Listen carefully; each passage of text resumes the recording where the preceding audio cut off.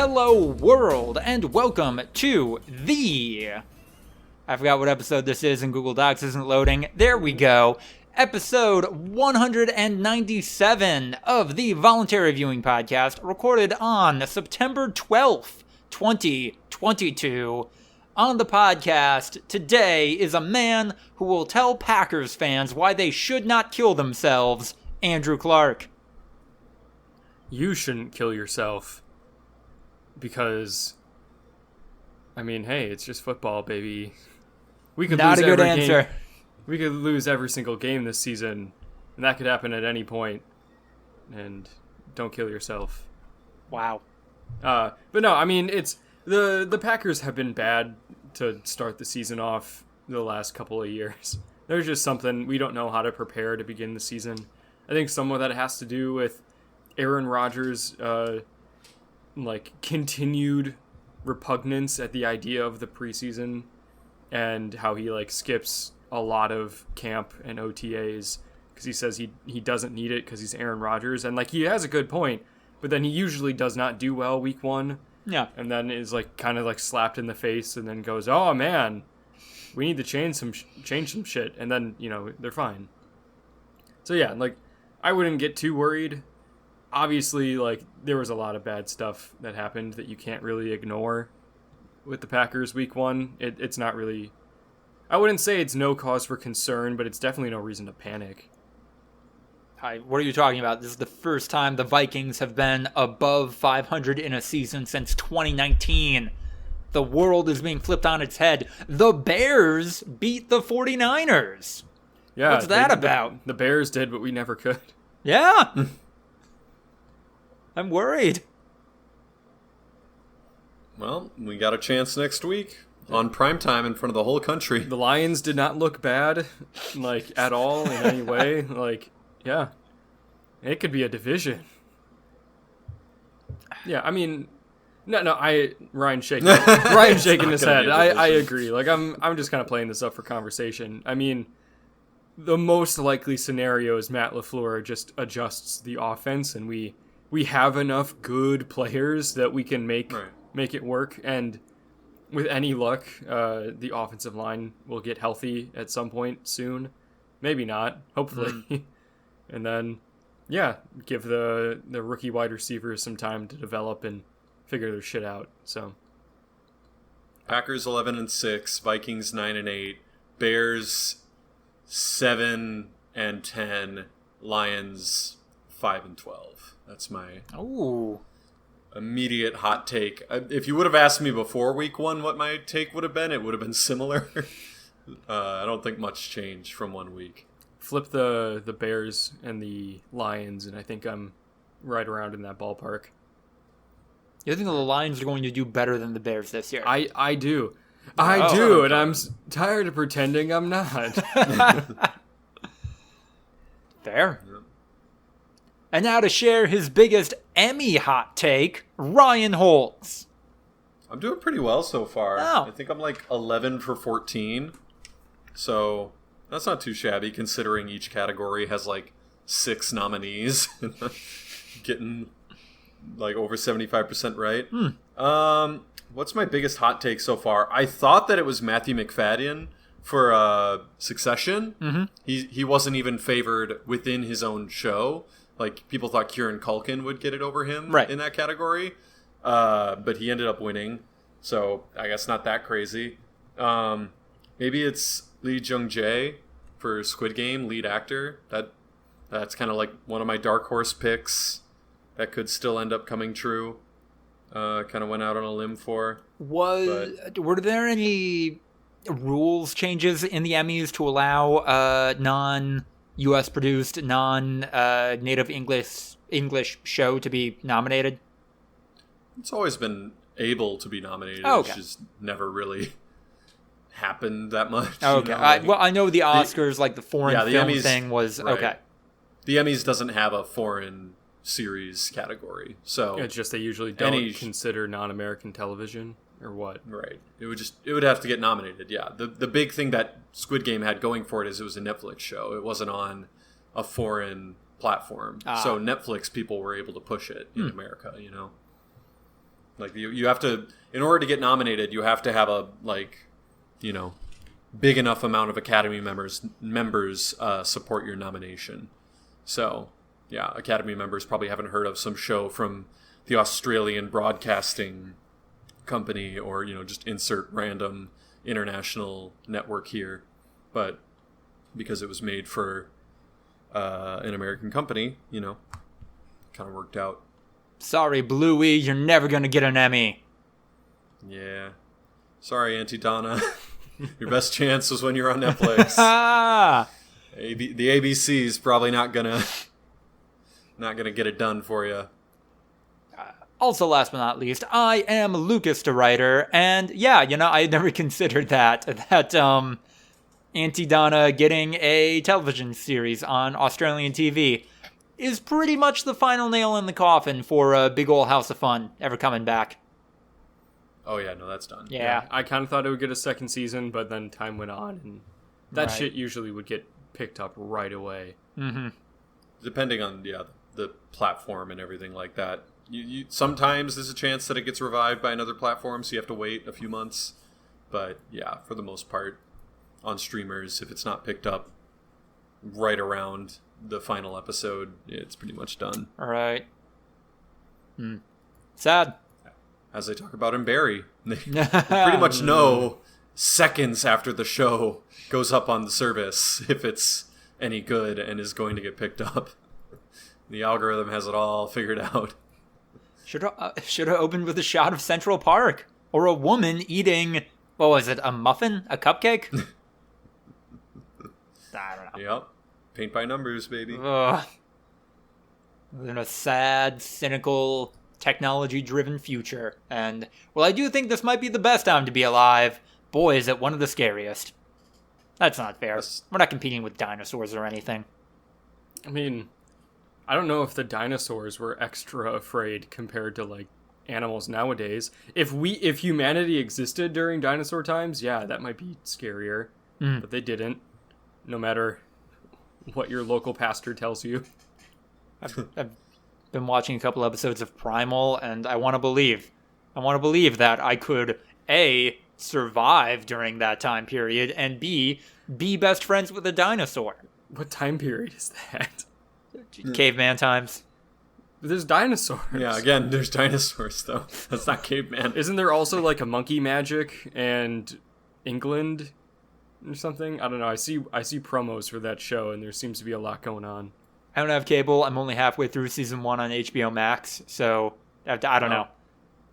The Earth was fundamentally different. The atmosphere was made up of different gases. I think you wouldn't be surviving for different reasons than dinosaurs. Yeah, the environment is just not compatible. That's why there was giant ass bugs. Oh yeah. There's just more oxygen, and when you breathe through your skin, more oxygen just means more you. I don't think I've seen giant bugs in Primal yet.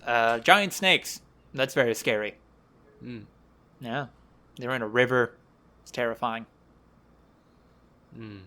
Scariest time period. Do you ever see a full-on snake pit? No. Wait, in real life? Yeah. No. I did once when I was maybe 11 in my uncle, in the undeveloped land behind my uncle's house, and it was terrifying. And it is just what looks like hundreds of snakes lying on top of each other, wriggling, right? Yeah, no, kind of lazily, but then they notice you and then fight or flight response, and thankfully they fled. Damn. No, that does sound fucking awful. Yeah. And I'm glad I've never seen that. Not good. We got plenty of good stuff to talk about, depending on your perspective, in News of the Week. There's a new Pokemon Scarlet and Violet trailer. And, I am, as a 27-year-old man, excited for a new Pokemon game.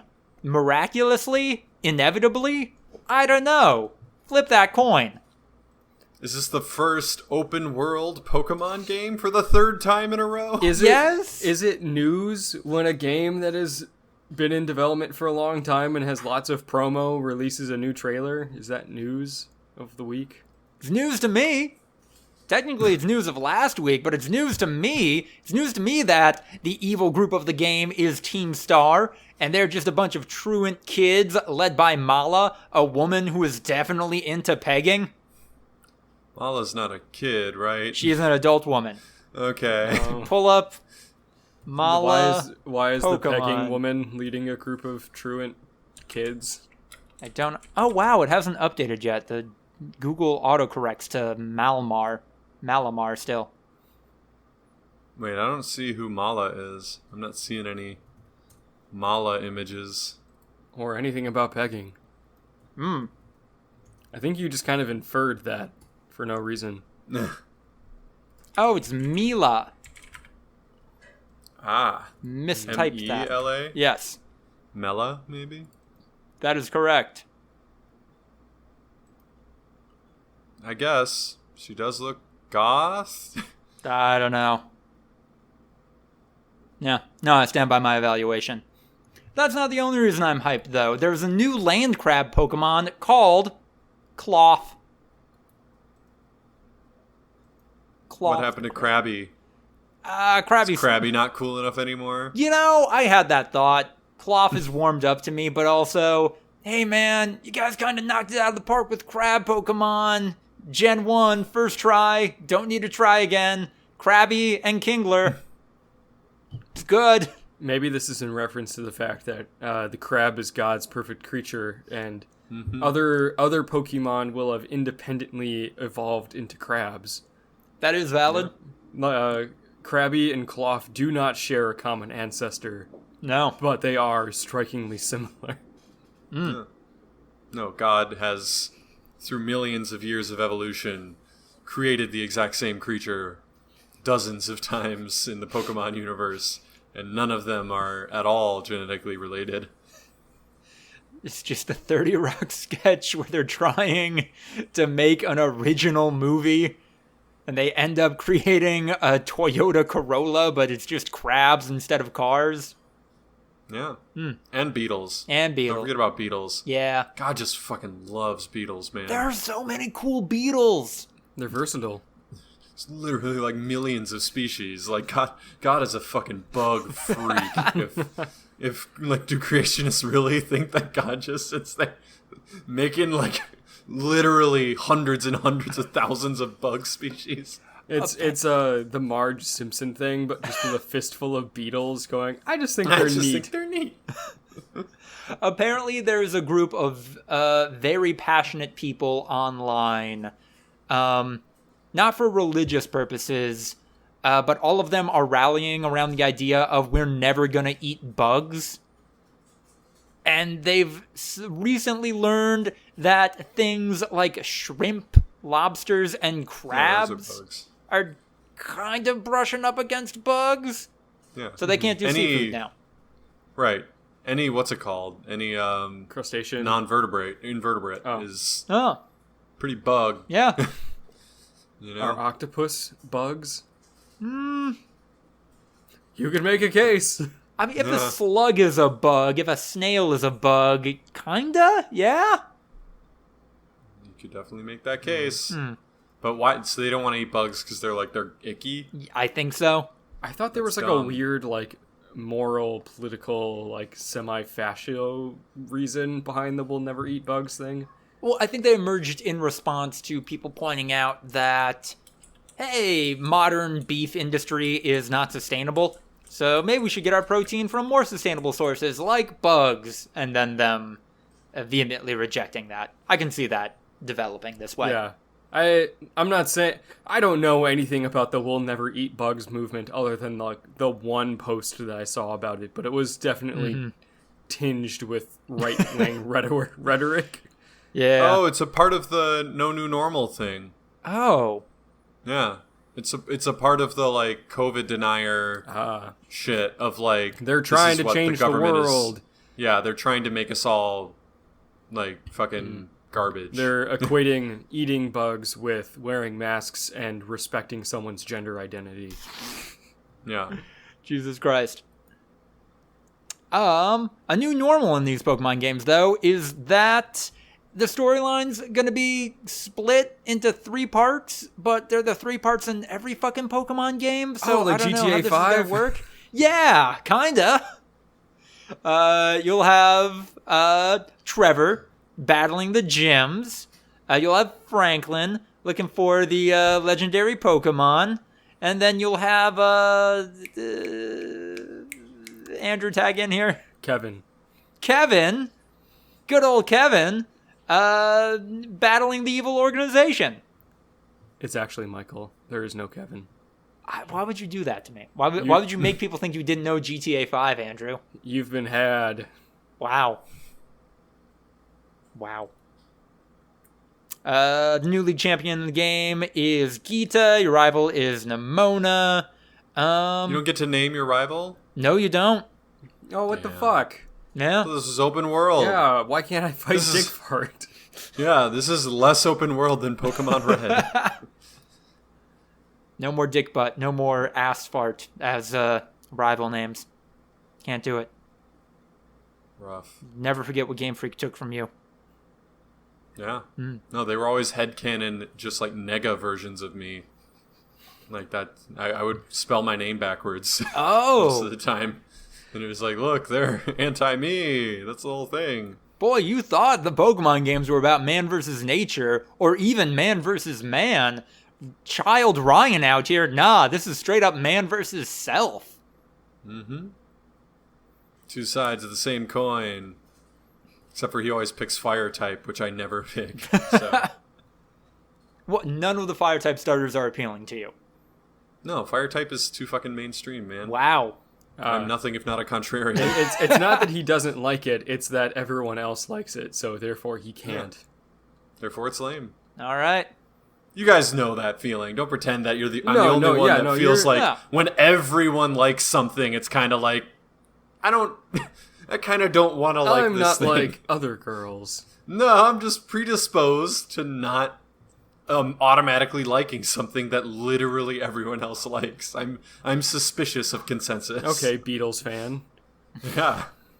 No, I'm suspicious. I'm not saying that it's impossible to like something that everyone likes. I'm saying that I'm always like, I gotta check this one out here. I know that feeling very well. As someone who is quite literally a lunatic, I understand what it's like to not always follow what everyone else likes. That being said, a lot of the times when many people like something, there's a good reason for it. Ryan, I swear to fucking God, if you or your partner get the new Pokemon game and you pick Quaxley, fucking Quaxley, the Millhouse of Pokemon, as the starter, I'm going to be disappointed. That does sound like great irony. I unironically chose Chikorita in my first ever Pokemon game. Valid. I ran with it all the way through Meganium and just tanked the entire game. So I don't have any qualms. I think the reason that I don't like Fire-type Pokemon is not necessarily that they're so popular. It's that the people that like Fire-type Pokemon because they're fucking bratty assholes that want to destroy shit. And Fire is like, they think of like playing with matches in their parents' garage and shit like that. Like they're fucking awful. I don't want to be like them. Fire-type trainers have big brat energy. You heard it from Kingster Ryan himself. It's true. Grass type are fucking chill. Yeah. Water types are normies. Did you call him a Kingster? I did. Yeah, I don't know what. Why. And also what? Okay, we argued about this last time. Brat is a fairly now mainstream term with kink origins, kink connotations. No, dude, you were just... Did we talk about that? I don't remember talking about this. Y'all are on such different TikToks than I am, and I cannot believe it. I'm not on TikTok at all. You are on the horniest now TikTok who's the contrarian, Andrew? That is true. You should get on TikTok. I don't go on TikTok because I know wild. I'll like it and I'll spend too much time on it.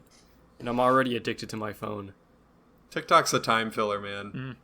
I can't imagine sitting down and just watching TikTok when I have like free time. Right. TikTok's like, oh, I've got 5 minutes while I wait for this water to boil. I'll quick throw on like TikTok. Like it's not like I'm on the couch. I'm going to open TikTok for an indiscriminate amount of time. Like it might be the next 5 hours. Like that's not that type of app for me. That's more like YouTube. So no, I'm exclusively on TikTok in that weird, like, 7 to 15 minute time span in between meetings. And apparently it's all about kinky sex. Yeah. That's how you get motivated. I'll never forget when you said, when we were talking about the dead spider gripper things, and you're like, they know what they're doing when they use the word gripper. It's like, you're living in a different reality. That's a foot thing. Yeah. 100%. Everyone knows that. A brat is a submissive that likes to push their dom's buttons on purpose, hoping they'll punish them. Oh. Yes. Is that not common knowledge? I don't know. Maybe it's common and I'm just out of the loop, but I certainly did not know that. I don't necessarily like it because I've only ever really heard brat in child context. In terms of kids, yeah. And so incorporating it is a little bit. No, it's getting into an age play territory. That's fair. Yeah.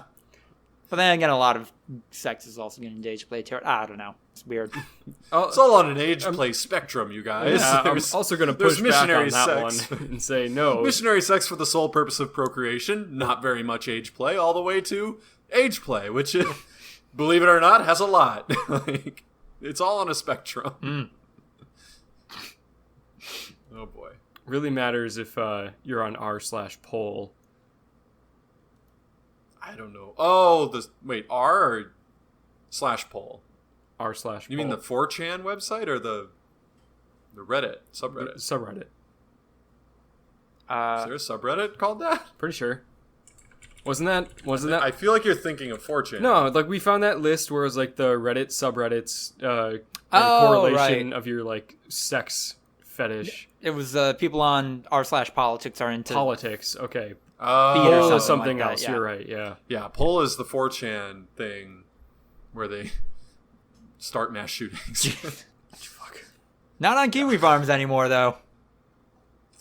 Yeah, it's not so much mass shootings as like very, very targeted hate attacks. Using the information they got from Kiwi Farms. Yeah, it's the exact opposite in a lot of ways, but it's equally horrific somehow. Speaking of things being horrific and then ruining things, or at least changing them, Games Done Quick is dropping a Florida event because of insert lax COVID measures, anti-LGBTQIA+ policies, map gates, etc. GDQ is dropping a Florida event because of gestures generally to the why. surroundings. Yeah. Guys, this is all going to be underwater in 75 years. We can't invest in doing a thing here. 75. I think I finally figured out why the radical left is so obsessed with speed running. No, don't do it. You're a beta male, SpongeBob. A beta male, SpongeBob. You're a beta male, son. Shadow, what the fuck are you talking about? Oh, nobody wants to admit it, but Shadow the Hedgehog would have weird politics. In a Petersonian sense. Petersonian! Oh, no. Oh, two equally cringe personalities, but in the complete opposite ways. The most wholesome and the least wholesome. Yeah. Although Sonic is a freedom fighter terrorist. That's wholesome. That's fun for the whole family now that I think about it. Mm-hmm. Yeah. Yeah. That's like Bud Cubby. Yeah. The legend. The You guys want to make some bacon? God, this was a weird 4 hours on the internet. There's a Nintendo Direct tomorrow for everyone except England out of respect for the Queen, I guess. That seems... Yeah, England's like shut down. Yeah. Yeah, this is some bullshit. England's on some like COVID lockdown measures for the Queen dying. And you know that there is like exactly a 1-to-1 ratio of the people that were super anti-lockdown in England, and then also the same kind of people that would beat someone up in the supermarket for not respecting the quiet time for the Queen. Did y'all see the guy who yelled at Prince Andrew. No, I heard that it So, happened. you're I didn't a see it. sick old man or whatever. You got fucking beat up. Bunch of those types. Good old boys. And he, in a very, very strong Scottish accent too. He said it, so it was kind of like a little extra. But yeah. So yeah, that was weird. And then there was a playful tweet from the PlayStation Twitter account. And then they announced that they're doing a Sony State of Play tomorrow, which fucking know your place, PlayStation. Know your place, Sony. Move it. Move the date. Come on. You're inviting negative comparisons here. If you don't announce the Elden Ring DLC in this State of Play, everyone's just going to say you were the worst Nintendo Direct of the day. Yeah. 2 out of 2. I don't know. Do you guys care about Nintendo? Do you guys care about anything that could be announced here other than probably Breath of the Wild 2, a name and release date for that? I mean, it'll probably just be some fucking indie game that no one's ever heard of. Like, not that indie games are bad. That's not what I mean. That kind of came off that way, but. Go collect some fucking orbs or some shit. I don't know. But Nintendo does these every couple of weeks, and every single time people go, "This is when we finally get Metroid 4," and it's been going on for like 5 years, and everyone's always disappointed, and I just don't get how you can like even watch those things with expectations. It's like maybe there's definitely a lot of wish fulfillment. It's almost like a lottery. Like buying a lottery ticket. Yeah. Just eventually it'll pay off, and the time that you invested in it the last couple of years will make it even more worth it. I have 2 expectations going into this one. The first one is that they're just going to release the Advanced Wars remakes that were delayed because of the Russia invading Ukraine. And then that making things weird. And I think if they release it, just hot drop it without any fanfare, it'll be as successful as it ever was. And also, maybe another 9/11 scale event doesn't happen if we just don't build up Advanced War releases anymore. And then my other hope is that because they're doing this on the same day as the release of the 3rd Voice of Cards game, maybe we'll get new Yoko Taro shit. Maybe he's got something cooking up. Maybe they'll give him a budget to do a game that can be more than cards or a mobile game. That'd be neat. I have a question that I have never really thought to ask about Yoko Taro. Uh-huh. When he does the interviews with the big helmet on, yes, does he sound like super muffled and funny, or is there like some audio fuckery going on? I believe they put the mic in the helmet. But still, it doesn't sound like this? No, the helmet is big enough that there isn't too much reverberation. Okay. Thankfully. It's a big-ass helmet, then. Yeah. Big man. Needs a big helmet. Oh, there was an Ubisoft, and it showcased, like, 5 new Assassin's Creed games. The studio increasingly feels like a relic of the 2010s. Andrew, you and I were talking about this. Does anyone care about Ubisoft anymore? You're forgetting Tom Clancy's The Division 2. Oh. Which is... Oh, boy. The Division sure was something. Yeah, I remember the first game, the enemies were people in hoodies at a time when...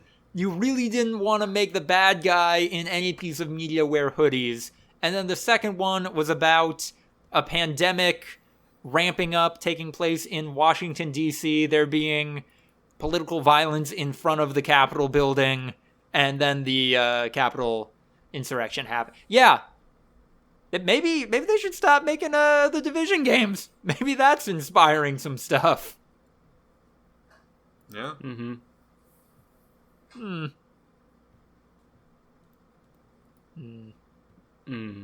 Can any of y'all explain to me what's going on with the cast of Don't Worry, Darling?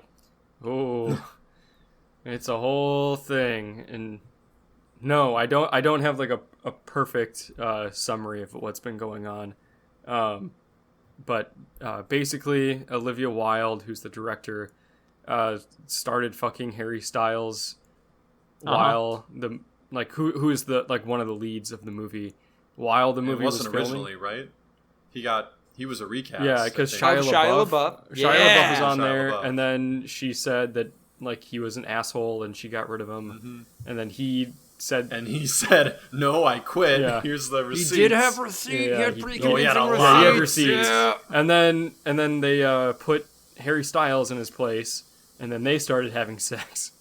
And everyone else knew it was happening while the movie was going on. And then once the movie wrapped, then they were like, "Hey guys, we just started dating right now," and not beforehand. Okay. And then apparently Harry Styles and Chris Pine don't get along, and Florence Pugh has a big thing, who's another one of the stars in the movie, has this thing against Olivia Wilde, and they're apparently going back and forth and have said some bad things to each other. And Olivia Wilde seems like she just kind of sucks in general, and then people tried to MK Ultra the public into thinking that Harry Styles spit on Chris Pine's lap at a press event, which he did not. It's weird. How does Jason Sudeikis fit into all of this? I didn't know he was involved. Wasn't he Olivia Wilde's ex-husband or something? Wow. Olivia Wilde can get just the opposite kinds of dudes. Both tens, but in very different ways. Good for her. Yeah. No, they have 2 kids together. Huh. Damn. They were never married, actually. Huh. But they were together for 9 years and had 2 kids. This was also a weird couple of hours on the internet where it just went from Chris Pine disassociating during an interview where Harry Styles says that the best thing about this movie is that it's a movie to MK Ultra explanations of what's going on here. Yeah, just sounds like everyone hates each other, and it was a very bad filming experience, and now everyone's finding out about it. Does this have any impact on your guys' desire to see the movie?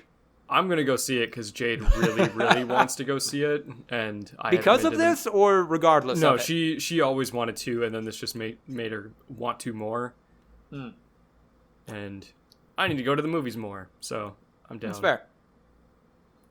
Yeah, I don't think I'm going to watch unless we get it for free. Hey!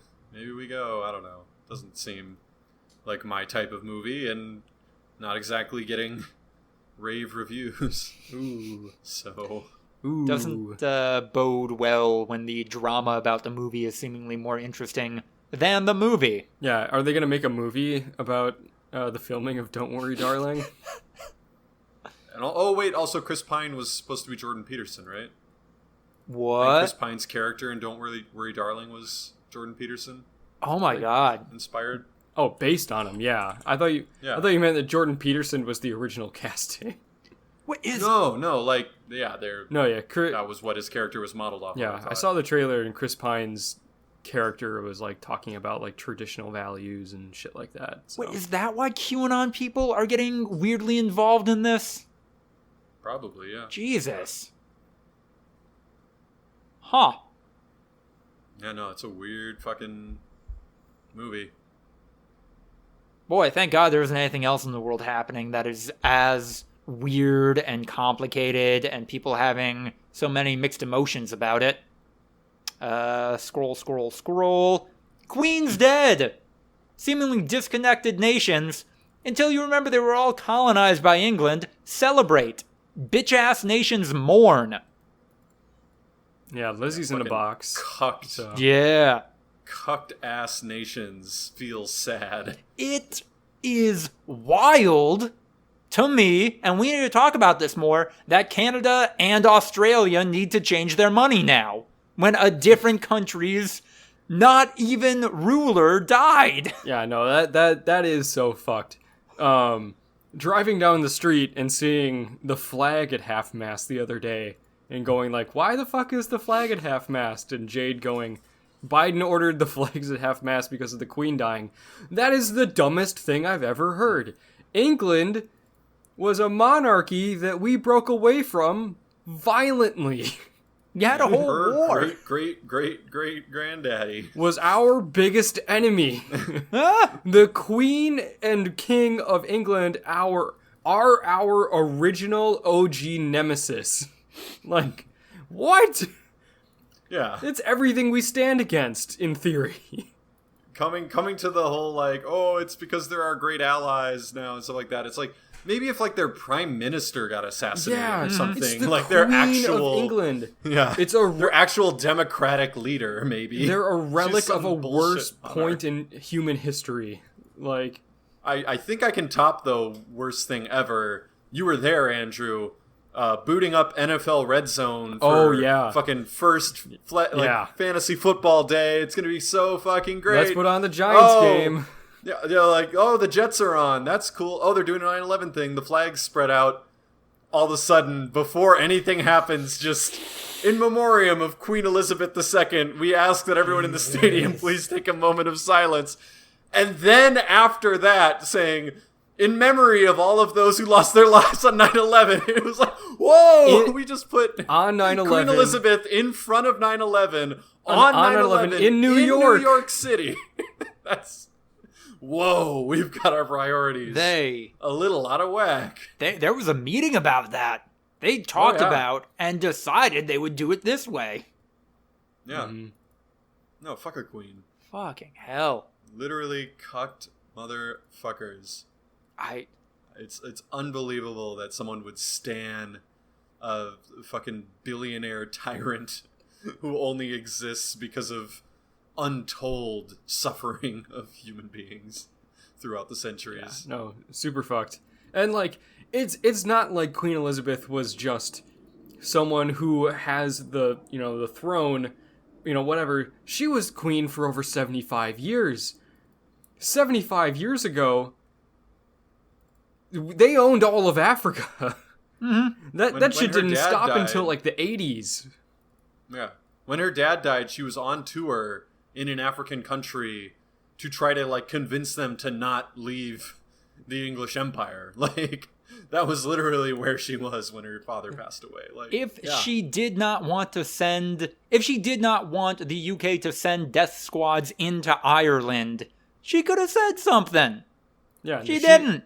It's not like she was in charge of the United Kingdom. She has a lot of sway, and also, vocally stood for the British Empire and was very upset when countries would leave, and did all her fucking best to make sure that these people were still subjugated. Mm-hmm. Like, she was queen for a long time. She presided over some very bad things. She was alive and like an adult when India and Pakistan were divided. Like, yeah, man. This shit got real fucked. Well, she was very much a part of like the conversation. And lest we be accused of being sexist, Charles is a piece of shit too. Oh, yeah, Charles might be worse. Isn't he an actual pedophile? No, Andrew's a pedophile. Well, that's Andrew's. Oh, Andrew's the confirmed pedophile. Okay. I wouldn't rule out. Charles, possible pedophile. Evidence Every pending. English royal, is a pedophile until proven not. That's just a good rule of thumb. But no, Andrew is the confirmed one, which is his brother, who was Queen Elizabeth's favorite. Mm-hmm. Her favorite was the pedophile. So, yeah, no, she's at least like me. She's at least like, I don't know, someone somewhat worth looking up to. Charles just genuinely seems like a bad person in every respect. So, I don't know. Obviously, it's a drop in the bucket in comparison to like what the monarchy represents, but it's not ideal. No, I don't know. I feel the same as when Rush Limbaugh died, and it's like I just refuse to feel sad. Yeah. I don't know, man. You're I don't know. Like, there's so many people that are like, it's a human being. You shouldn't celebrate a human being die. Like, I get where you're coming from, but at that point, the most you should feel is ambivalent. No. Yeah, you should just not care. You should like try to be like, okay, that's something I'm not going to think about. You cannot feel bad for these people. They're bad people. I don't know. It's one of those things. People are weird. People like to be cucked. People like the boot. We all love the boot, man. All hail the boot. We worship that fucking boot. And we dream of one day being the foot inside of it. But we know, somewhere deep down. Too true. That was deep. And that'll take us deep into the breakouts.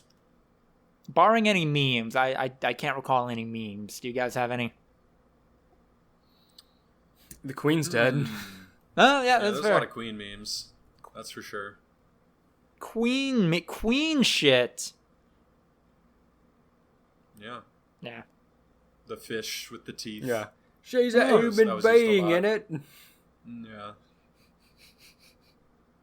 And yeah, the Irish Dancing to dancers. Yeah. river Yeah. dancing Buckingham to Palace. Another One Bites the Dust. Yeah. Pretty good. At Buckingham Palace. Yeah.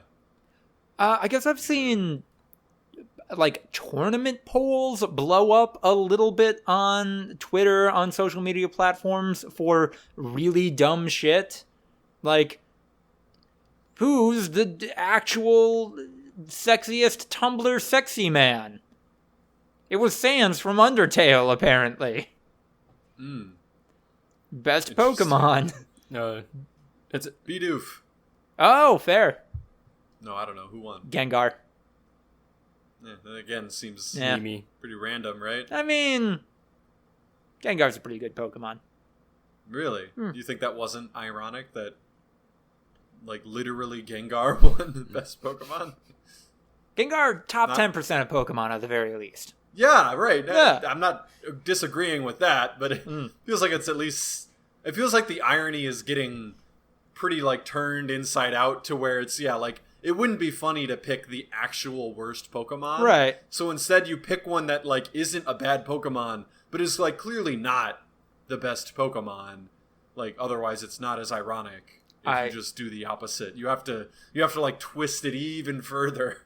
I think Gengar is the more genuine pick out of the finals, though, because memers got in there and decided that Mudkip was the second most favorite Pokemon of all time.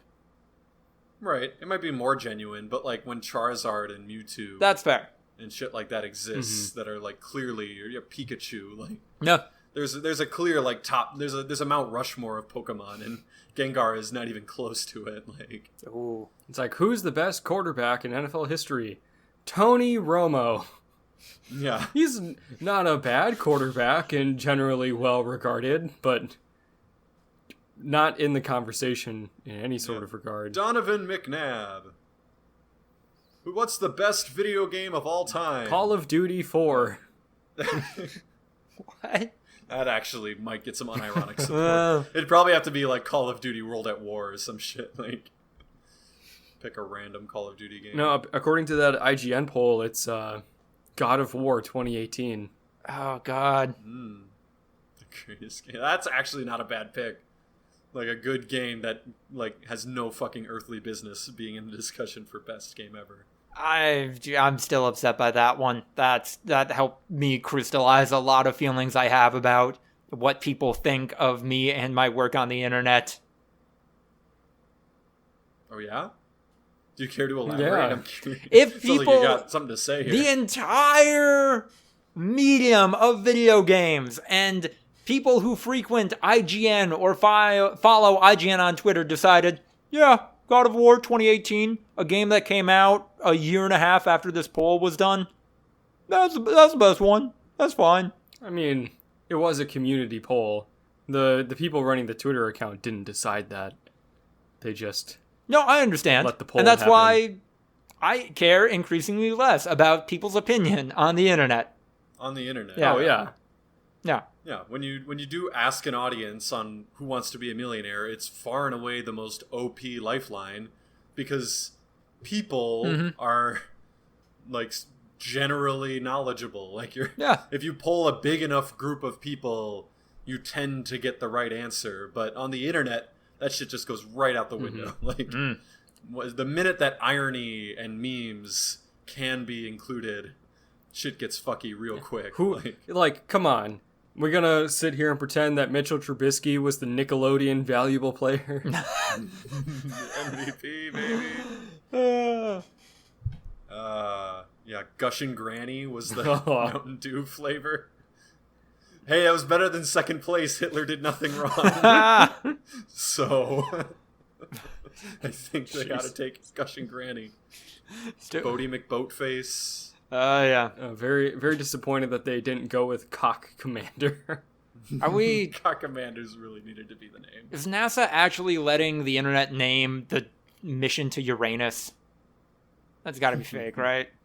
Is that actual? There's no That mission sounds to like an Onion Uranus. headline. Yeah. Oh, boy. Fuck. Yeah, wait, what does that even mean, mission? We can't man a spaceship to Uranus. It's a probe. It's a satellite. We've sent probes. Yeah, of course we're gonna probe Uranus. Like, that's... Yeah. I'm not that guy, right? Like, I hate it when people are like, what's the point? But, like, at the same time, we've had multiple probes go that far. Like, what are we doing? Let's go to Mars. Let's do some shit that's actually, like, the next step, not just... I don't know. I think I saw, like, people were talking about China doing a moonshot, and it's like, so the U.S. will be back there soon, and I was like, or we do something even cooler, because we did that fucking 50 years ago. Like, we saw it, dude. If we can just get Matt Damon on Mars, he can, like, get it ready for us. Yeah. He wasn't even, like, the first group on Mars in the Martian. Yeah. Like, they were, like, just another, they were, like, the equivalent of, like, Apollo 17 or whatever. Like, where they've done it a few times. Like, it's kind of starting to become more like every day. That movie started after, like, they had been on the Mars base for, like, several months. And then they're like... I don't know if it was months, but it was definitely, like, a couple weeks in, I think. I think they were planned to be there for, like, 3 months or something. And, yeah, pretty early on, yeah, they had to abort. And that's why they didn't want to abort right away, is because they were like, oh, we're supposed to be here for longer. But there had been other missions, and there were going to be more after him. So, yeah. Which happened with the fucking Apollo missions. Like, the public got fucking bored real quick. Like, they were like, oh yeah, we were on the moon. Oh, we're going to the moon again? Yeah, if the public didn't get bored, do you think we'd have a moon base by now? I don't know. The problem would be the Soviet Union would probably have to continue to exist. Yeah. And, like, continue to, like, yoink accomplishments from NASA by, like, having a spy tell them that this is what NASA's doing and being like, oh, I gotta fucking do a rush job to beat them to it, like, last second, safety be damned. Hey, did you hear? America says they're gonna try to solve world hunger. If we do that before them, we'll look really cool. You took that in a more optimistic direction than I did. I was going to do the joke of, yeah, no, apparently America is going to send a teacher, and then if that goes well, which it probably will, like a kid up into space. Oh. We got to get on that. Oh, no. Oh, God. Yeah. Can you imagine being in a classroom watching this teacher just... vaporize? Oh, God. Yeah, no, literally cease to exist. From 1 second to another. Weird shit. Because I remember Columbia. Yeah. Like, not super well, but I remember, like, the fallout from Columbia. And how fucked that shit was. Yeah. Fucking hell. I watched George Miller's 3,000 Years of Longing. The director of Happy Feet? And the Mad Max movies? Oh. And Babe, Pig in the City? The best Babe movie? George Miller, the director of 3,000 Years of Longing? Correct! I feel like I'm being charitable to this movie in trying to analyze everything that's going on in it. It's okay. It's a weird experience because George Miller... yeah, he's at a point in his career where he can just, like, mess around a little bit, and you get a pretty presentable movie by the end of it, no matter what. But I'm not sure. Do you guys know the plot of this movie? Do you guys know anything about it? I saw a trailer for it. Nothing. Yeah. Okay. This is a genie movie where a woman played by an actress whose name is escaping me right now. She's really famous. Tilda Swinton. Tilda Swinton. I was gonna say Sharon Tate, but I knew that wasn't right. Sharon Tilda Tate's Swinton. dead. Yeah. She's a. Yeah. Yeah. Tilda Swinton plays a narratologist, somebody who studies narrative, somebody who studies human history through the fiction we've created. Boy. Yeah. This already seems pretty up its own ass. Right? I love it. She's in a conference in Istanbul. While she's there, finds a genie bottle. The genie, Idris Elba, then proceeds to try to convince her that she should make 3 wishes, that he is just a straight-up genie, not a trickster genie. And he convinces her by telling her how he ended up in the bottle, and goes through 4 different stories of people who kind of screwed him over by messing up their wishes, and how he just wants to be not a genie in a bottle anymore and just out in the world and magic. And of course, she falls in love with him because it's Idris Elba. Goddamn smoke show. Come on. Sure. And then they go back to England together because she's from there. And this is a part of the movie that I thought was a little like, what's going on here? What is this movie saying? There's too much Wi-Fi, I guess, in London. So that's messing up the genie, Idris Elba genie, and she's ultimately like, hey, I wish for you to be free. Because this is what, if you love something, you gotta set it free. And then it's a bummer, but he comes back every once in a while. They hang out, presumably have mind-blowing sex, and that's the movie. I don't know how I feel about it. Huh. It was fine, I guess. It was interesting. It was fine. Yeah. It ends with the djinn visiting her. Yeah. And periodically returning. Yeah. Just does like booty calls every few years. Yeah. Maybe the djinn isn't even real. Maybe it's a figment of Tilda Swinton's imagination. I don't know. I don't know. I feel like you have to. I always try to apply like the generous assumption of the creator if you like the creator. So if you think George Miller's competent, then probably don't assume that he's just like misleading the audience and being a massive piece of shit the whole movie. There is, before she meets the genie, she has what are presented as 2 hallucinations. So it is a little bit of an unreliable narrator thing. Right, but it's a bad story if it's made up. Nah. Like, if at the end, it's like, and it never it's happened. all a figment of her imagination, and none of this happened. That's a bad story. She actually was having a stroke and was dying in the back of an ambulance, and this was all made up. There was also a little like half-minute segment before the film started where George Miller was talking directly to the audience, and he used the phrase, "Thank you for seeing this movie in theaters the way it was meant to be seen." And I don't know what George Miller's views on COVID are. I don't know if it's it doesn't all really have anything to do. All directors are very like pro movie theater and worried about like the death of the movie going. Which was not a thing that was happening because of COVID. That was right. That happened. Yeah. Okay, that's fair. Movie going was dying out, and COVID just made it worse. I mean, it was like a massive, massive flop.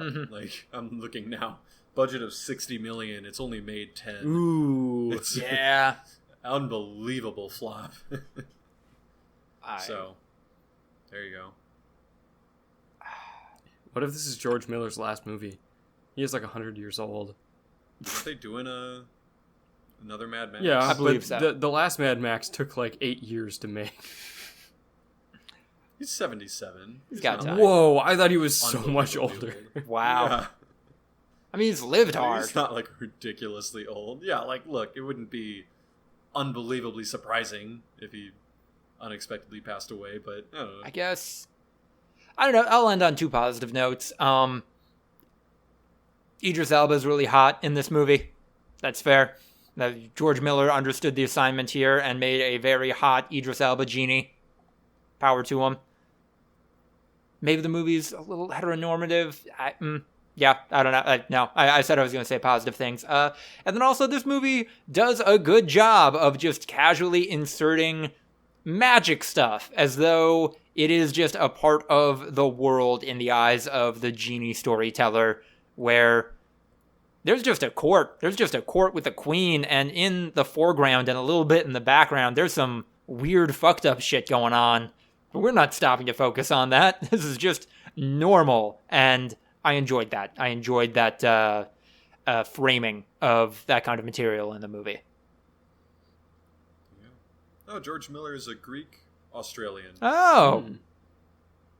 Miller is Greek? Well, no, it's not. Yeah. It's Australianized from Meliotus. Taking a leap there, but okay. Kind of have to. But they talk about that a lot on Auntie Donna, like the podcast and everything like that. Tom, the music guy, married a Greek woman, or, like an Australian Greek woman. And there's a lot of, like, Greek and other Mediterranean influence, obviously, with Mark Bonanno. Mark Bonanno. Boy, Australia, more diverse than you think. Still really white, but more diverse than you think. They shouldn't have the Queen on their money. Unbelievably diverse in their offerings of white people. I'm not white, I'm Greek. Ooh. We got eggshell, we got vanilla, we got Off-white. Standard white, off-white. Ivory. Ooh. That's South African. Oh. All right, that'll take us into the other call. What are y'all checking out? So, y'all haven't seen Rick and Morty yet this week, have you? I won't talk about it. I have. You have? Okay. Yes. Okay. We'll save it.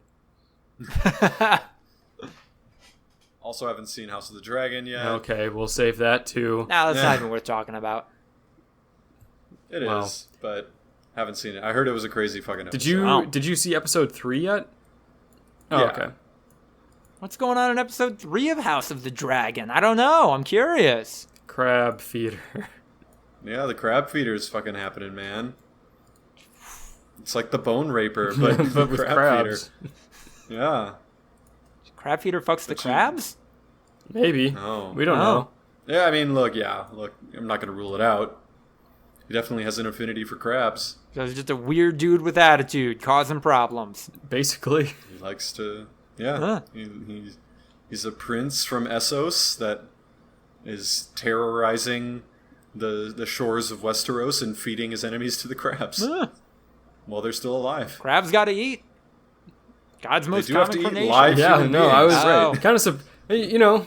kind of thought crabs might not like the agitation of people trying to slap them away. I didn't know that they would just keep going at it, eating people, but apparently that's what crabs are like. That's what God's perfect creature is like. I mean, aren't sub-crab pinchers strong enough to tear off fingers, tear off flesh? Probably. I don't know. What else happened in episode 3?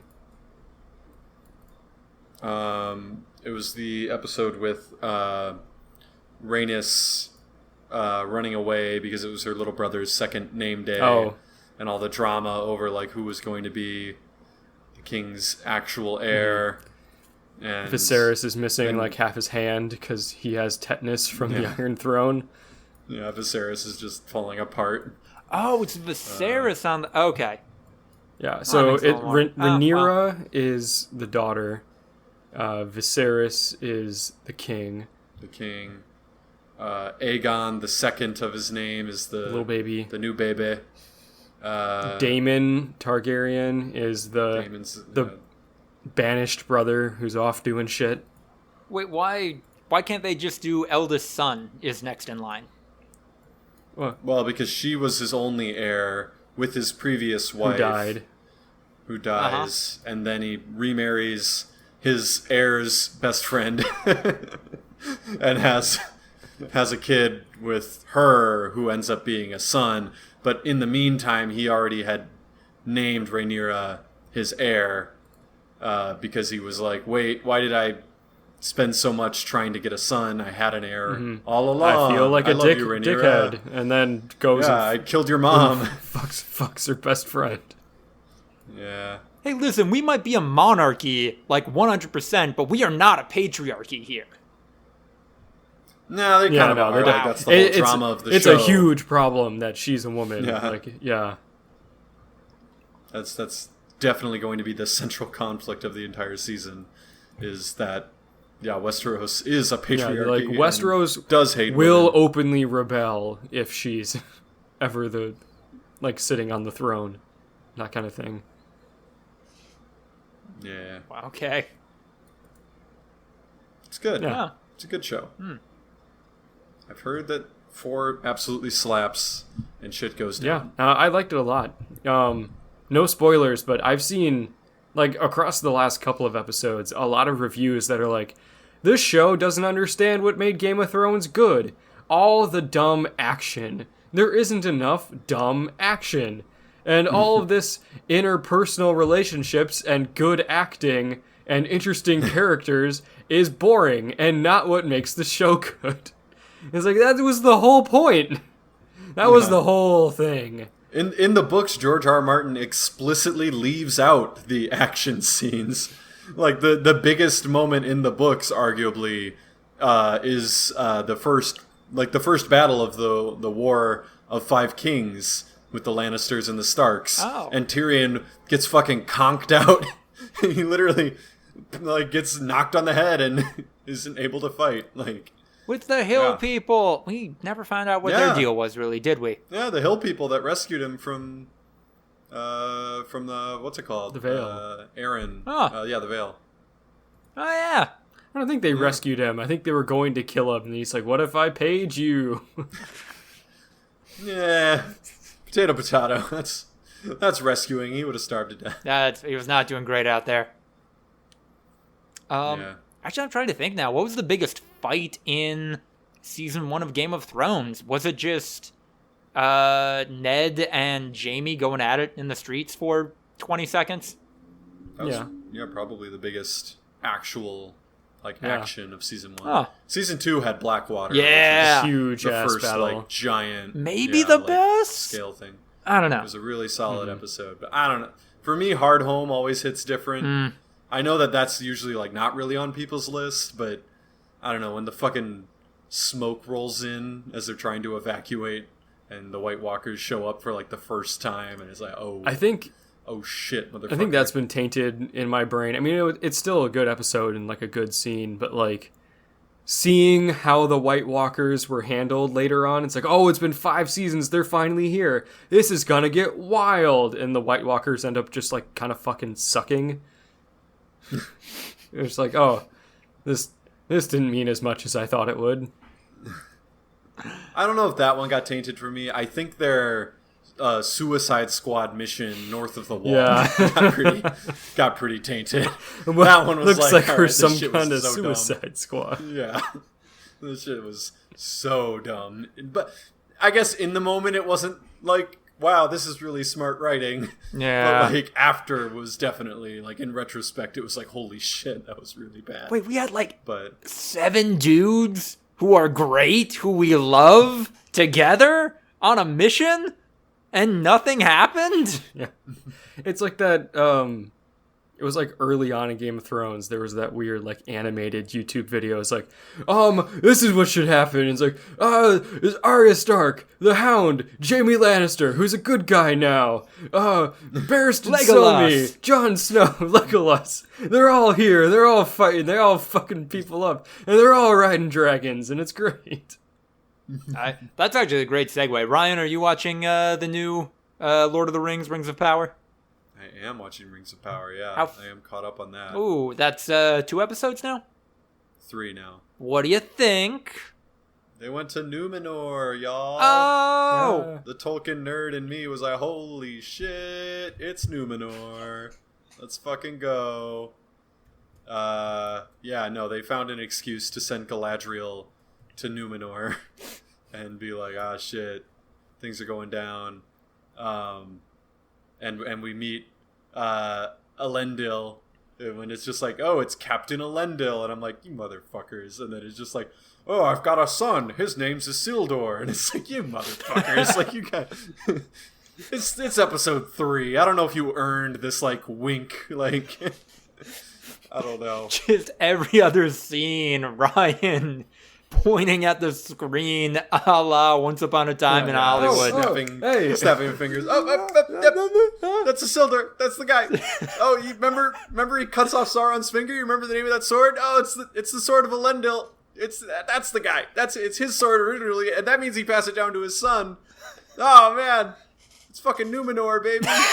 It's Atlantis mixed with like kind of weird race science. Oh, no. Yeah, these are God's chosen people, and like the farther away you get from Numenor, the less pure your blood. Ooh. And then Numenor falls, and all of a sudden humans kind of suck for a while. And then Aragorn comes back with his pure blood of Numenor and saves the world. Is that mixed race marriage that fucks everything else? It's not that. It's not that. But I mean, it's high fantasy, so it's kind of like, yeah, that's... fascist by nature. I mean, it's like tradition. Like, that's what's been passed down for literal millennia. So... I've seen a lot of people point out in response to terrible people objecting to, non-white people being in Lord of the Rings, claiming that J.R.R. Tolkien is rolling around in his grave in response to this. He would shoot a cell phone on sight, to rule of thumb. Yeah. We don't really know J.R.R. Tolkien's personal beliefs on any of that shit. Mm-hmm. Yeah, he's a man from, like, the 40s. Like, he's probably not super progressive. Yeah. Probably a little problematic. So maybe we don't give a shit what he thinks. Like, that's fine. You can do that. It's not a problem. Huh. And also, like, I don't know, Galadriel's pretty fucking boring. Like, she's probably the worst part of the show at this point. Like, pretty much every other storyline is more intriguing. I don't know, especially the cast members of color. So that's fair. Oh well. Has there been any fucking yet? No. Oh, is there going to be? We were promised. Yeah, Lord of the Rings is pretty tame. Yeah. It's not really its realm, which is fine. Yeah. That's fair. Tolkien's a bit of a prude. Is there any sex in Lord of the Rings? Not like explicit sex scenes, no. There's a lot of references, especially in the Hobbit movie trilogy. Mm-hmm. There was a lot of references. I don't think in the book, though, because the references only come from the characters that were kind of made up so that there could be a B romance plot. Yeah, they really wanted that romance plot. Yeah. Between dwarves and elves. Race mixing. Nobody complained about that. They have brought that up in Rings of Power. Yeah, there's one of the elves who's actually also one of the cast members of color has a thing with a human woman from this village, and the village is all like, you elf fucker. Not literally, but yeah, like basically like, we hate you because you like that elf. So no, I don't know. They're from the Southlands, which are like basically the bad guys. No, they're the bad men. Men get men get free will in Tolkien's universe that basically no other race gets. Like pretty much every other race, when you're born, you are either going to be good or evil. So men are the only ones that get to actually create their own destiny. Okay. So, boy, so someone who's born a goblin in that universe, and they don't get a choice. No, yeah, you're evil. Jesus. And if you're born an elf, you are good. Oh. You can't be a bad guy if you wanted to. Fantastic. Segueing. There's a better one here, but I'd rather close with that. Bullet Train was bullet fine. It's not even a pun. No, what does that mean? I was going to say Bullet Train is bullet lame. I saw Lord of the Rings this weekend, and it was Lord of the Pretty Good. So what, you assumed that we would understand that you were making a slant rhyme? I mean, by now in our friendship, yes. Oh, boy. I feel like you've obfuscated the trail a few too many times. So I've since come around a little bit. I've since realized that the train did tie into the movie's themes of, things are gonna be weird in life and not go the way you want, but hey, you're always gonna get to the destination you were meant to arrive at. Death? Like a train does. Death for a lot of people in this movie. But no, I still maintain that the cinematography in this film could have been a lot more interesting if they committed to the claustrophobia that is inherent to being on even a luxury train in Japan. Yeah. Hey, not every movie can be the claustrophobia. Snowpiercer. Snowpiercer did it better, actually, way better. I mean, Bong Joon-ho is a very, very good director. So, Who directed this? Who directed Bullet Train? Not Guy Ritchie. Not Guy Ritchie. Hey! Very, very much not Guy Ritchie, even though whoever it was really wanted to be. David Leitch. David Leitch. He's the John Wick guy. He's the former stunt coordinator turned director. Oh, that explains a lot, actually. Yeah. It's not a bad movie. It's a fun time, but it doesn't quite hit the heights that I think it was aiming for. He directed Hobbs and Shaw, Deadpool 2, and Atomic Blonde. That's a triarchy there. Atomic Blonde, I thought was good. I thought that was generally well. I think it was fair. Fine. Atomic Blonde was Atomic Fine. Oh my god. Wait, what is the slant rhyme for blonde? Atomic Lom. No, I don't know. Atomic Bombs. Doesn't work. Which is, I think, the real. Yeah. Okay. No, see, we're making a joke of it by turning it into what it derives its name from. It's clever on many levels. Yeah. Being charitable to the film, Brad Pitt as a weird wellness guy is pretty good. Brad Pitt is Aaron Rodgers. Yes. Just Aaron Rodgers. Long hair and everything. Petty crime and all. Pretty great. I think, and I know this movie is adapted from, I want to say a graphic novel, maybe it was a short story. No, it's a full-on novel, yeah. Oh, I saw it at the bookstore the other day. Huh. Weird. Maybe this is inherent to the story, to the original story, and was always going to seep into the film, but boy, it seems like the writers on this movie did not know how to write women. And the cinematography also did some weird male gazy stuff with a female character who is explicitly referenced as, oh wow, you are a young woman. You are dressed as a high school girl. We're gonna hyperfixate on your bare skin a lot, and I didn't care for that. It's a Japanese book. Make of that what you will. Well. Yeah. You have any hot takes, Ryan? I don't know. It's a fun time with a lot of good actors. It's worth seeing. Probably if it's free. It's pretty borderline if you have to pay movie theater prices. And this was the first thing I said about the movie after seeing it. On some level, I'm just grateful that I can see an action movie that doesn't have superheroes in it in 2022. That feels like an increasing rarity. So it had that going for it. Yeah. I don't know. Watching the Emmys, you really get the, I don't know. I think TV's officially done it. Yeah. I think TV's just better than movies now, right?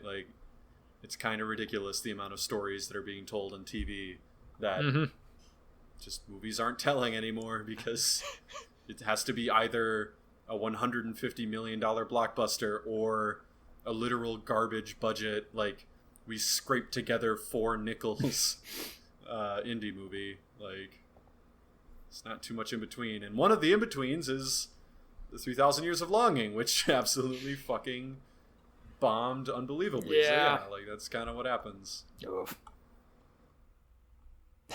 Just in time for television to blow up because of weird corporate finance stuff and capitalism. Will anime take the throne? I don't know. Next quarter, pretty stacked. I know where my money's going. Do you consider anime outside of the realm of movies and television? I'm actually curious. I feel like we've never had this conversation. I mean, at my work, it is like literally outside the realm of movies and television. You do continuously try to include it in our top 10 movies and TV shows. No, when it's beneficial to me, it is. When it's not, it isn't. It's almost as if there's feature-length anime movies and then anime television series. I desperately wish that people more broadly engaged with anime movies, anime television shows, as though they were just shows and movies and not an entirely different genre or wholly divorced medium. But that's not the world we live in. So technically, no, I don't think they're different. But unfortunately, culturally, yeah, they are. They're pretty divorced. Yeah. There you go. All right. We've been building to it for a while. Andrew is playing Elden Ring. What do you think? I'm enjoying it. Why? I don't know if I could explain it. It's fun to learn how to play this game. Uh-huh. And there's too much to learn, that being said. Like, there's just too many different categories. It's confusing. It doesn't make a lot of sense. There are things that you could not ever possibly know without, like, going into a guide and looking through a wiki and, like, asking a bunch of questions to randos online and stuff like that. And, like, that's not what a video game is supposed to be. Debatable, but okay. Like, I shouldn't have to, like, go to a library and check out, like, a series of old newspaper articles like I'm trying to solve a cold case in order to figure out how to attach an Ash of War to my shield. And I don't know, like, I feel like without having a plan going into this game, I don't know how you could ever possibly make a build for this game. Like, you pick a character and, you know, you have your specializations and you're leveling certain stats up. And the equipment you're going to get, if you don't know what you're going to get ahead of time, you have no idea what you need to specialize in order to use it. So I feel like, I know I'm getting all the negative shit out of the way first. Right. Like, it just, you know, if I had been like, oh, dexterity, that doesn't mean anything to me. Maybe that makes me run fast or makes me swing my swords faster or something like that. And I level up dexterity. It does none of those things, only for me to find out that there's a small subset of weapons that need high dexterity, and everything else that I wanted to use is a completely different thing, and it's going to take me 20 hours of grinding to level that shit up now. Right. Like, that's weird. Like, I don't know how specialization can work like this in a game that came out in 2020. And also, I'm going to say something. I'm going to sound like a fucking idiot. The game is too hard. Oh. It is. Every single Souls game is the same, in my opinion. They're too hard. I remember reading an article once talking about how, like, oh, these games, like, yeah, they're difficult, but, like, the reward for, you know, surpassing your struggles is what makes it worth it. And actually, it's just super deep. And once you understand how that works, it's not as hard as you think. That's not true. It is just too hard. And it is built in a way to make it too hard because that is its defining feature. There's a lot of really good stuff going on, but the most thing that Elden Ring is difficult.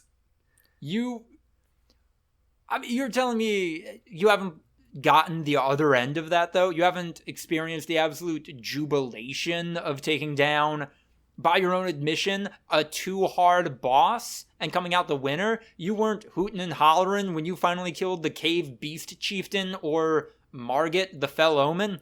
Okay. Didn't you kill? Yeah, no. Lucas, I helped. Andrew landed the finishing blow. I did land the finishing blow, but I, on my own, had tried and failed to beat Margit almost a dozen times. This is the first boss in the game. And I had spent like 2 full hours trying to figure out how to beat this guy. Wasn't working. I had to go off, grind, do a bunch of shit, which in it of themselves, like fighting those mini bosses were also grinds that took me many, many attempts. And the only times I've succeeded are by either cheesing, by like finding weird exploits, or like when I fought the Knights Cavalry guy, that was just riding around on my horse, jousting him, like getting one hit in and sprinting away on my horse, coming back and getting another. I did that for 20 minutes. Until I killed him, because any other attempt, like, that was the only thing that I could get to work. That's not fun. Yeah, that's bad. That's not fun. And then Margit, the first boss in the game, I was only able to beat because a guy 6 times my level, who happens to be my friend, hopped in the game and helped me out. And it was also not like a route. That was still difficult. It's too hard. Like, that's not fun. A lot of the other parts of the game are fun. Like, I'm having fun, like, generally, like, with exploring the world and fighting the different kinds of enemies and getting different equipment. Like, that's cool. And like the character designs are cool. The shit's scary. It's fun to come across. That Deathbird is fucking, what's going on with that thing? Yeah, no, there's a lot of cool stuff to do. I mean, it is all fighting. There's a lot of cool stuff to fight. But it is too hard. And that is not like a complaint in terms of like, oh, this is pissing me off because it's too hard. That makes it not as good of a game as people seem to think it is. Okay. Negative parts out of the way. I had fun, like, looking up what kind of character I was going to play, and I'm definitely, like, sticking to that play style because I'm kind of role-playing this a little bit, and the world is cool, and I like getting surprised by the game, and having to, like, map out how I'm going to, like, approach a certain scenario, because I need to go get a certain kind of, you know, weapon or like magic, and I need to go like level this shit up. There's a lot of different skills you can use. Like, it's cool. It is a cool game that is fun to play when it is not just so fucking frustrating. Were you... how did you respond to the call to action that is the game's opening cinematic? Did that resonate with you at all? Because that fucking got me. The Rise Ye Tarnished?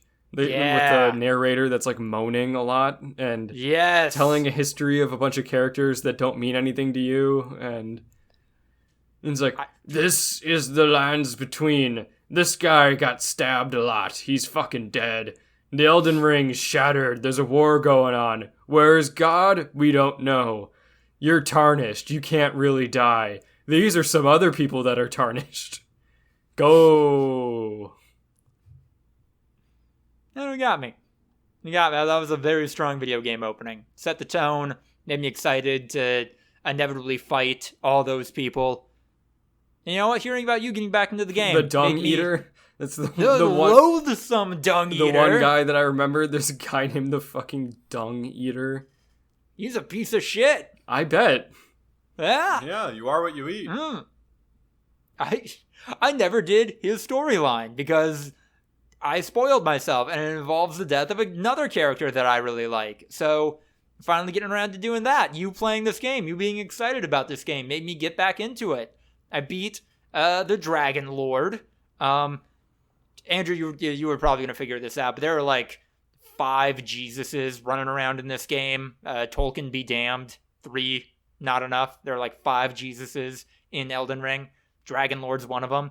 Finally fought him. Badass. now I'm doing, the Dung Eater's quest line, and then I think I might finally beat Melania. Looking forward to that. Yeah. So do you cheese, Lucas, when you're playing Elden Ring? Are you cheesing every boss battle? Not necessarily every, but like, are you cheesing boss battles? There's an argument to be made that my build specifically is for cheesing. Like, so, yeah, like, Lucas has a staff that shoots laser beams. The gameplay is not good? No, the gameplay is great. The gameplay is amazing. How, though? Like, if you're referencing it as cheesing, isn't that, like, insinuating that you're just, like, you're not engaging with the gameplay in a lot of ways? Like, the game mechanics that have been set out for you, you're kind of existing outside of that? There's more often than not toxic subset of From Software players who think that using magic, period, is cheesing. They are wrong and dumb. I'm of the mindset any win in a Souls game is a win, no matter how much cheese you had to utilize. Yeah, because the developers made them way harder than they had any right to be. But I'm on their level now. I can do that. Because you cheated. Right, because it's like lame, it's like the way that Ryan plays video games, where he hacks it to make himself into an unkillable god and just one hits everybody. It's like that. What's lame about walking? What's lame about laying down, making a typhoon spin the opposite way so you travel back through time, walking into Dragon Jesus's throne room, and then Kamehamehaing him to death?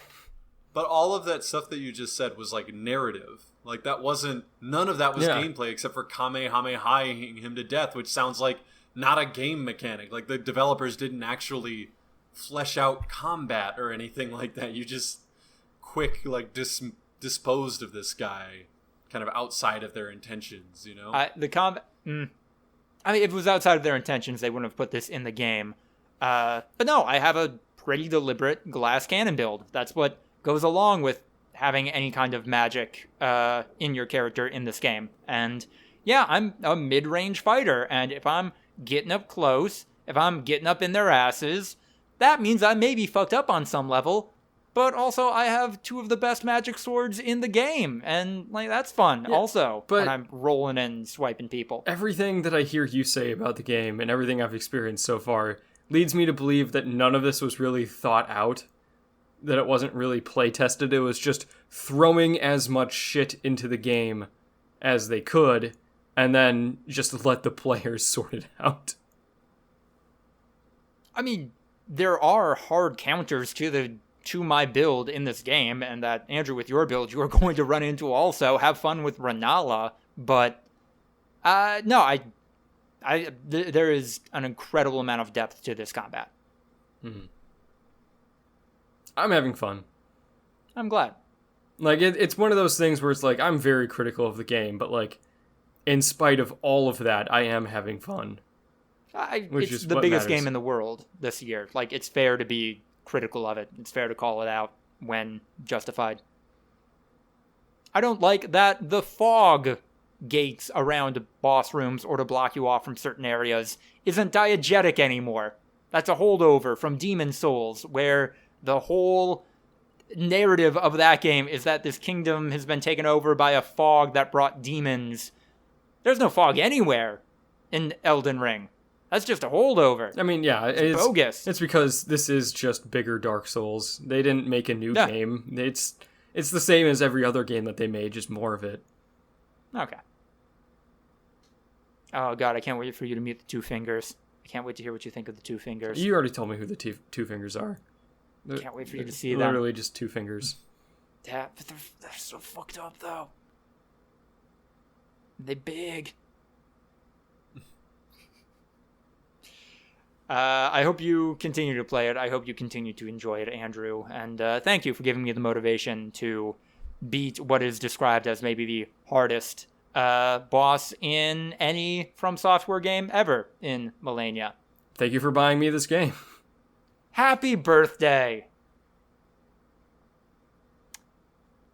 And that's the podcast, I guess. I couldn't think of a transition off of that. Thank you all so much for listening to episode 197 of the Voluntary Viewing podcast, which will almost certainly be titled, Get In, Loser. That should be Get in the Car, Loser. Get in the car, loser. We're going to Numenor. If you enjoyed what you heard, like, comment, subscribe, etc. Check us out on Instagram. Wait, what do we put highlight clips on? Instagram, TikTok, and YouTube. That's right. 4 highlight clips. ActBlue link in the description. Support us either on the Anchor Podcast platform or through Patreon, where you can join the likes of Tiffany Cole, Sucky Badger, and Sensual Richard Nixon. Follow us on Twitter at V2_podcast, and follow me at Lucas DeWriter to keep up with all of my writing, like that lesbian golf article I put out recently. Thank you all so much for listening. Have a fantastic week.